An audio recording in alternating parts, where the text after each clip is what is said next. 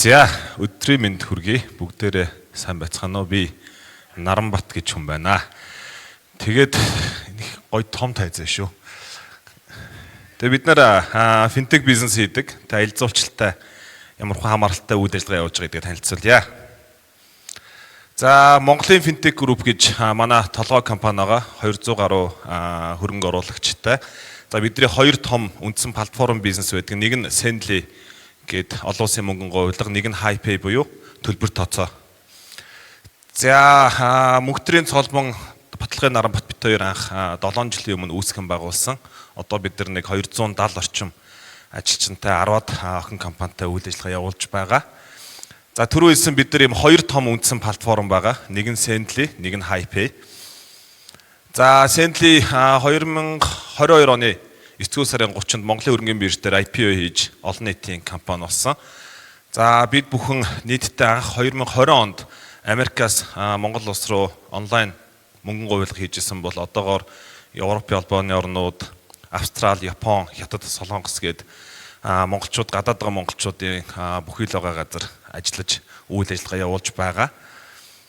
За Sendly юу хийсэн бэ гэхээр уг нь бол бид нар 2021 оны 11-р сарын 11-ний өдөр Монгол улс дахь WeChat Pay-ийн одоо аль биесний түнш төлбөрийг хүлээн авахч байгууллага болсон. Одоогийн байдлаар Худалдаа хөгжлийн банк, Капитрон банк, Тээвэр хөгжлийн банк, Манайх гэдэг ийм гурван банк бол нэг финтек аль биесээр WeChat Pay-ийн одоо партнер болсон ажиллаж байгаа. Тухайн анх зөвшөөрөл авсан түнш болсон үед бол Монголд нөгөө хил хаалттай учраас хятад зуулчид орж ирдэггүй байсан. Тэгээ бид нар хүлээж байгаад хамгийн анх 2023 он буюу өнгөрсөн жилийн 1 сарын 8-ны өдөр та бүхэн санаж байгаа бол хил нэгдсэн тэр үед бид нар замын үд дээрх дэлгүүр, худалдаа хөгжлийн төвүүд, зочид буудал, ресторан дээр WeChat Pay-ийн төлбөр төлөх одоо хүлээн авах нь QR-ыг байршуулсан байж байгаа. Ингэснээр урд төршийн зуучид Монголд орж ирлээ. Тухайн орондоо нөгөө захим төлбөрөө WeChat Pay-ээр төлдөг болсон учраас амар хэлбэр бид нар төлбөрийг авдаг болсон.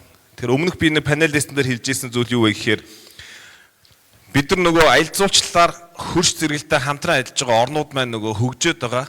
Тэд нар ямар хэрэглээний соёлоор хөгжиж чинь тэрнтэй бид нар хөл нийлүүлэн байж ээж одоо хөгжнөө төлбөрийг хүлээж авнаа. Тэгэхээр үүний нэг илрэл нь бол бид нар замын үд дээр QR-ыг байршуулснаар ихсэн. За дараа нь бид нар CU, за бусад зуучны баазууд, за 9 тасархаа дээр одоо тэмээ онуулдаг хуваарь бизнес эрхлэлт хүн байлаа гэхэд HiPay аппликейшн дотроо маш хэлбэрээр WeChat Pay-ийн төлбөр хүлээж авах QR кодоо гаргаж ирээд тэр дорн буюу immediate payment секундын дотор төлбөрөө хүлээж авахын боломжийг бид нар нэвтрүүлсэн байгаа. За бид нар мөн юу хийсэн бэ гэхээр өнгөрсөн жилийн 9 сарын 6-ны өдөр Ирээн хот болон Хөх хотод Монголын худалдаа бизнес эрхлэгч нар очиж үзэсгэлэн гаргахад манай байгууллагаас худалдаа аж бүрийн танхимтай хамтарч экспорт оролцогч нар төлбөр хүлээж авах боломжийг нээж өгсөн.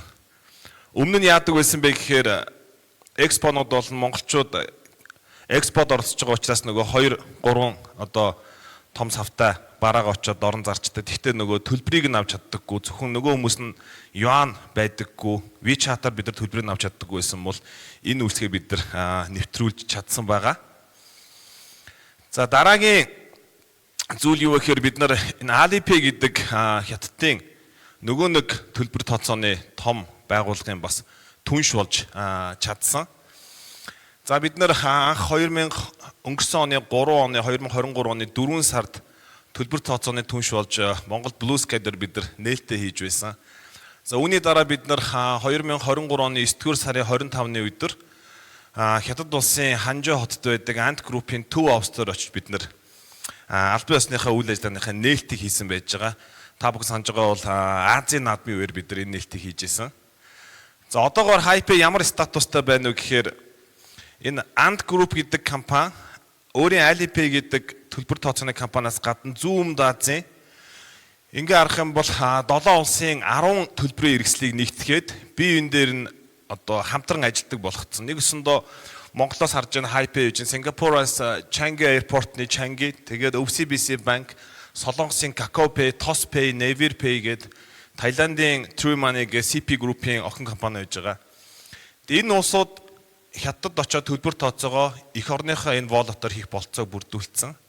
Одоо бид нар ямар хөгжүүлэлт хийж гинэ вэ гэхээр HiPay дотор хятадын DD application, C-Trip гэдэг application. За тэгээд нөгөө train ticket захиалдаг бүх боломжууд гэдэг юм уу. Зочид буудал захиалах боломжууд. За зочид буудал дээр бол нөгөө урьдчилгаа одоо захиалга өгөх. За очингуудаа pre-authorization гэ payment хийх, буцаад төлбөр төлсөнийхаа дараа депозитаа эргүүлж авч гэдэг юм уу. Энэ бүх болцоонууд нэгдээд явчихж байгаа.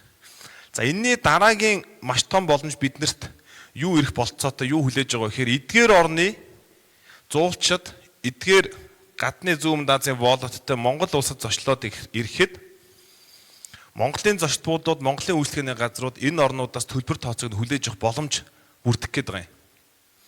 Та бүхэн санаж байгаа бол аэропортуудаар очихоор одоо Хонконгийн аэропорт, Наритагийн аэропорт, Сөүл, Инчоны аэропортоор нэг маш олон төрлийн пеймент хүлээж авна гэсэн байдаг. Тэг бүх орны зуулчдыг төлбөрийг нь хүлээж авах болцоотой байж бараа бүтээгдэхүүнийг бид нар хурдан зарна. Тэгэхээр энэ боломж Монголд бас орж ирэх болцоотой гэж үзэж байгаа. Тэгээ бидний хамгийн олзуурах байгаа нэг зүйл юу гэхээр зөвхөн төлбөр тооцооноос гадна эдгээр орнуудын аялал жуулчлалын технологи, энэ финтек дижитал шилжилтүүдийг бид нар Монголдо нэвтрүүлэх. За Монголын аялал жуулчлалын байгууллагууд та бүгдэд бас одоо танилцуулах, хэрэглүүлэх юм боломж нэгднэ гэж ингэж харж байгаа. За бид нэр үүнийхээ дараа өнгөрсөн оны 11 дугаар сарын 5-ны өдөр Шанхай хотноо Шанхай олон улсын экспоны үеэр Ирээн хотын соёл аялал жуулчлал хөрөнгө оруулалтын компанитай бид нар хамтын ажиллагааны гэрээ байгуулсан. Энэ өөрөө Ирээний хувийн эвшил болон Ирээн хотын засгийн өмчтөй ийм компани байгаа. За та бүхний мэдхээр бол Ирээн дээр байдаг нөө динозаврын музей, морин тойруулга, олон улсын худалдааны төвийг эзэмшдэг ийм улсын өмчтөй байгууллага. Бид ямар гэрээ байгуулсан бэ гэхээр HiPay хэрэглэгч нар Ирээн болон Хятад очиж үйлчлэгээ үзүүлэхэд энэ компани бид нарт дээр түнш болно. Бид нар Монгол талд ямар үр хүлээж байгаа гэхээр Хятадын зуулчид замун үдээр дамжаад Ирээнээр дамжаад Монголд орж ирэхэд нь бид нар энэ байгууллага түнш болж ажиллана. Нэг гэрээний заалт нь бид нар морин тойруулган барина гэдэг тусгаад өгсөн. Нэг гэрээний заалт нь жил болгон Монгол Хятадын аялал жуулчлалын байгууллагуудын одоо юм форумыг бид нар зохионо гэдээ бас үүрэг хүлээсэн ийм байдалтай явж байгаа. За энэ Ирээн хотод манай түнш байгууллага маань манай HiPay-ийн одоо танилцуулгуудыг наалтыг ингээ нааж өгж байгаа юм байдал. Монгол идэвчээрээ төлөөрэй HiPay Alipay гэсэн юм бичгтээ ийм зүйлс ингээ явагдаж байгаа. За дараагийн төсөл бид нар морин тойруулга урьж байгаа. Энэ 2022 оноос эхлэлтэй 2022 оны намар бид нар Дорногов аймгийн Замын үд сумын эрдэнэ төлөөллийн хуралд, Төв аймгийн Сэргэлэн сумын эрдэнэ төлөөллийн хуралд бид нар танилцуулга хийгээд хүсэлтээ гаргаад 23 оны газрын дуудлага худалдаан дээр зарлагдаад бид нар 2 дуудлага худалдаанд болж газар худалдаж авсан.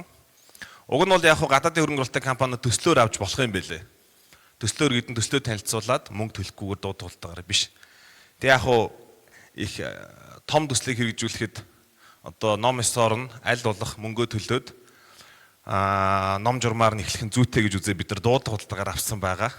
За яагаад ийм финтек компани гэнт морин тойруулга ярьчих вэ гэж хүмүүс их гайхдаг. Тэгээд Наранбат миний бие бол манай хамтрагч Цолмон бит хоёр одоо морины хурдан морины хоббитэй. Тэгээд бит хоёр сүүлийн 7-8 жил хурдан морь үржүүлж байгаа. Бит хоёрын морь бас хурдан давхдаг. Тэгээд өнгөрсөн жил жишээлбэл миний одоо үржүүлсэн миний нэр дээрх дааг усын наадамд төрүүлсэн, соёл айрын 3-т орсон.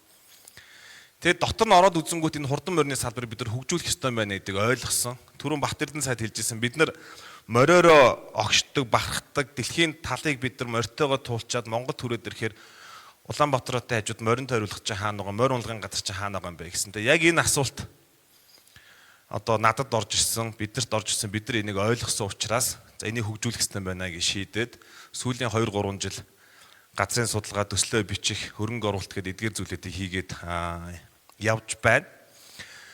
За нөгөө нэг асуулт нь юу гэхээр Улаанбаатар хотод Монгол улсад ирсэн гадаадын зуулчдын 60% нь Монгол дээр морь үзэх, морь унах, морь харах ийм сонирхолтой байна гэсэн асуулт байдаг. Тэгэхээр бидний одоо өв соёлоо танилцуулах ивентүүд маань маш цөөхөн буюу улсын наадмын үе асар өндөр ачаалттай.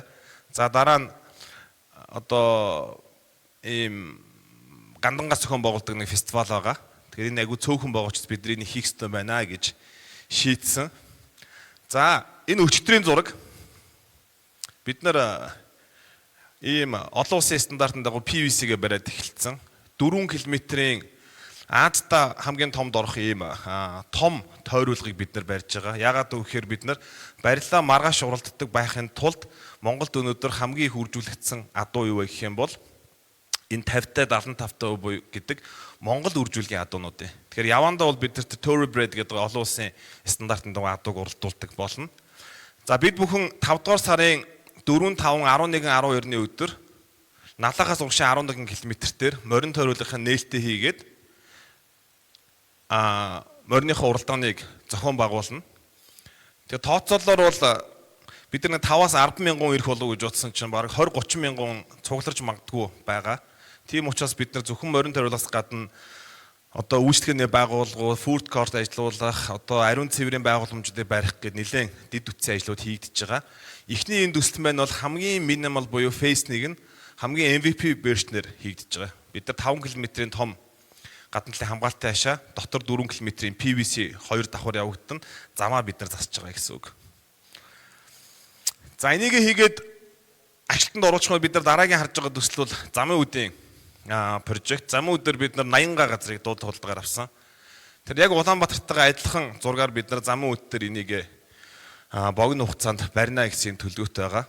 Тэгээ морин тойруулга гэхээр ингээ манайхан тэрбум долларын прожект олон давхар байшинтай яг л Хонконгийн Jockey Club, Сингапурын Jockey Club шиг тийм том юм гэж бодоод бид нар тийм том юм хэрэггүй. Эхний ээлжинд хамгийн байж болох минимал юмыг хийгээд уяачт нь морио уралдуулдаг, үзэгчт нь очдог, гадны зуулчид ирээ үзэж болдог, эдгээр зүйлийг хийгээд болдгийн байна гэж нотлох юм бол бид нар гадаад дотоодын хөрөнгө оруулалт энийг бид нар нэмээд одоо зуулчдад таата тухтай ийм орчныг бүрдүүлнэ.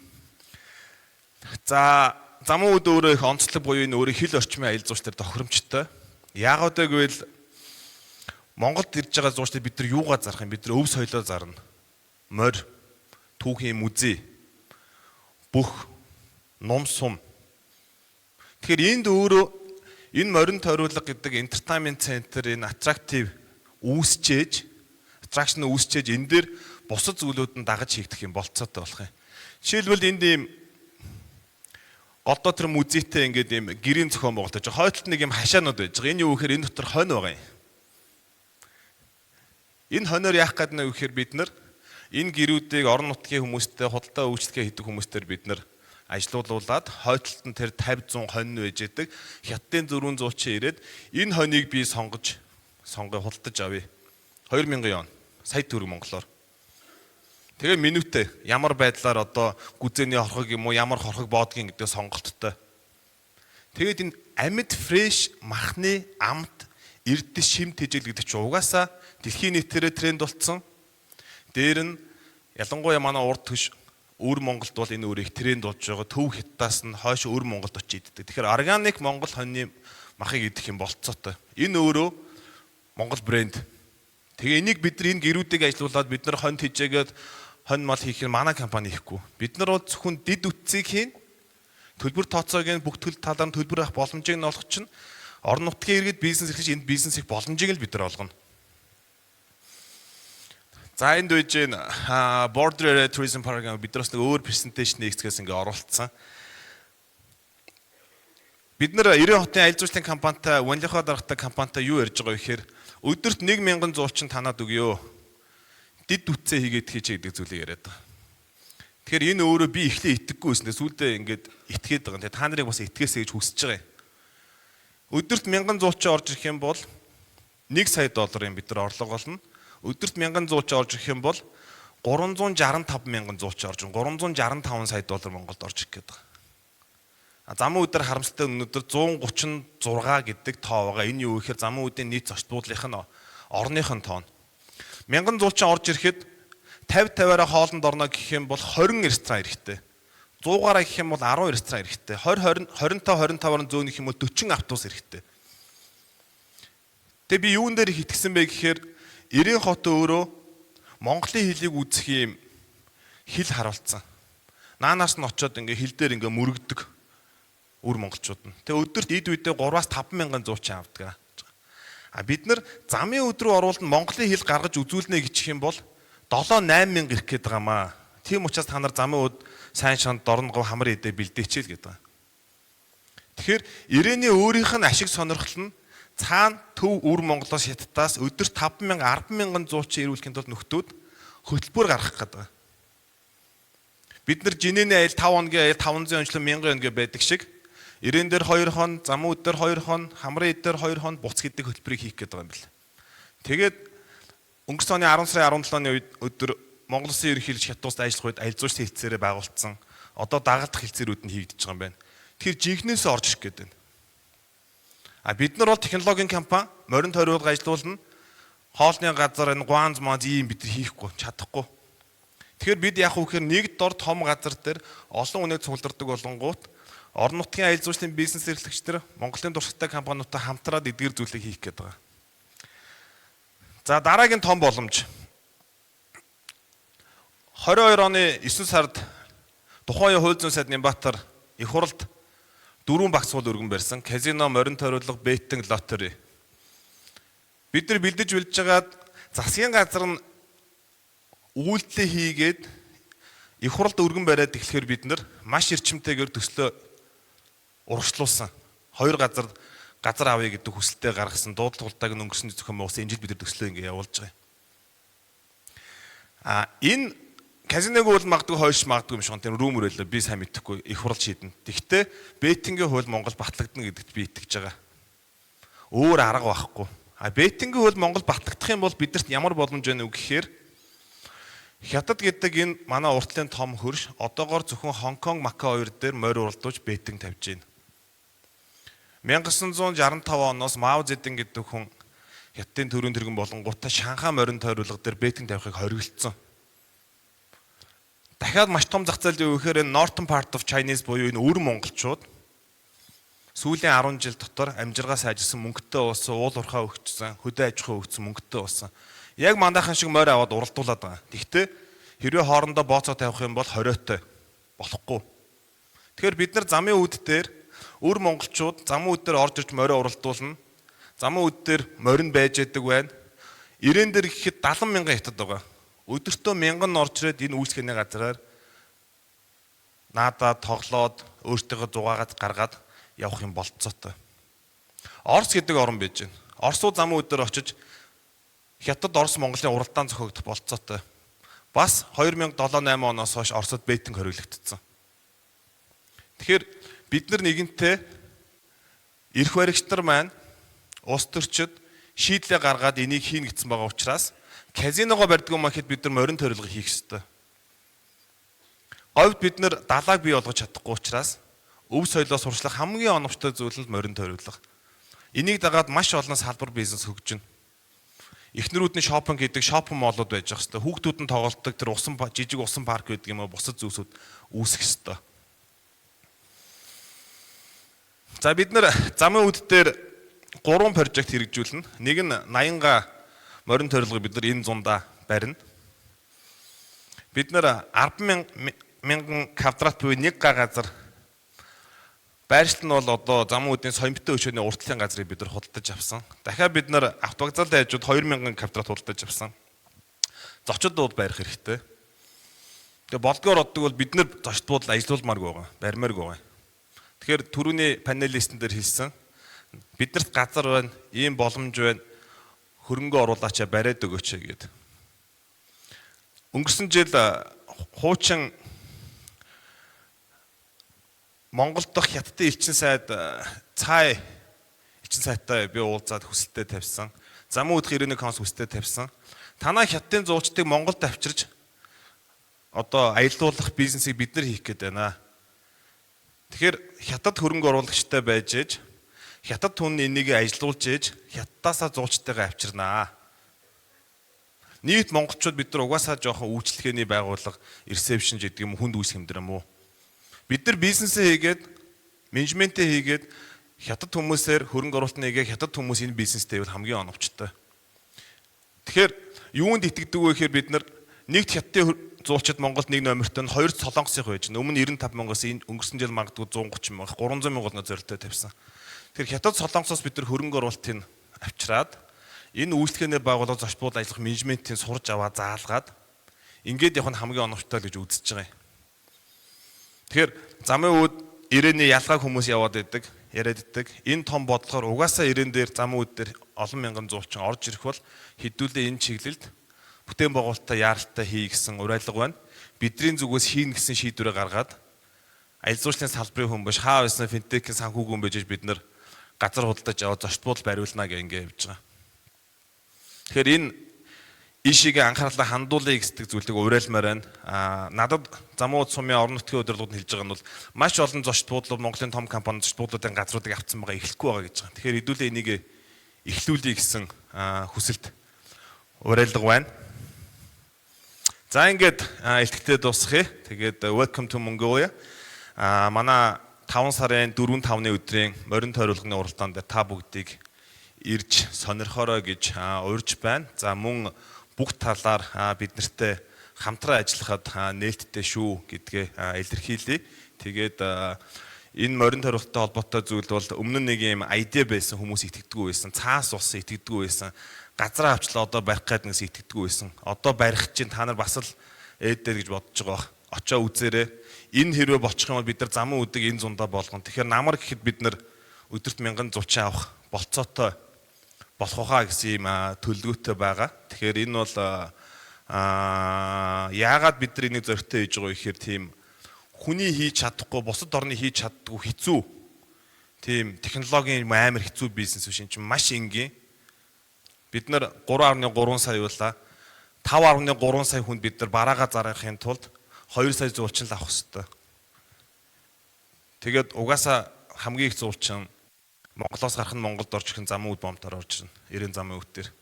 Тэгэхээр ийшээгээ хэдүүлээ хувийн хвшлийн санаачлагаараа хөрөнгө оруулалтыг явуучих юм бол бид нар маш богино хугацаанд замын үд ирээний ялгааг багасгах, харах, өнцөх, хөгжлийг нь багасгах, замын үдээ хөгжүүлэх чиглэл бид нар ажиллаж болно гэж бодож байгаа.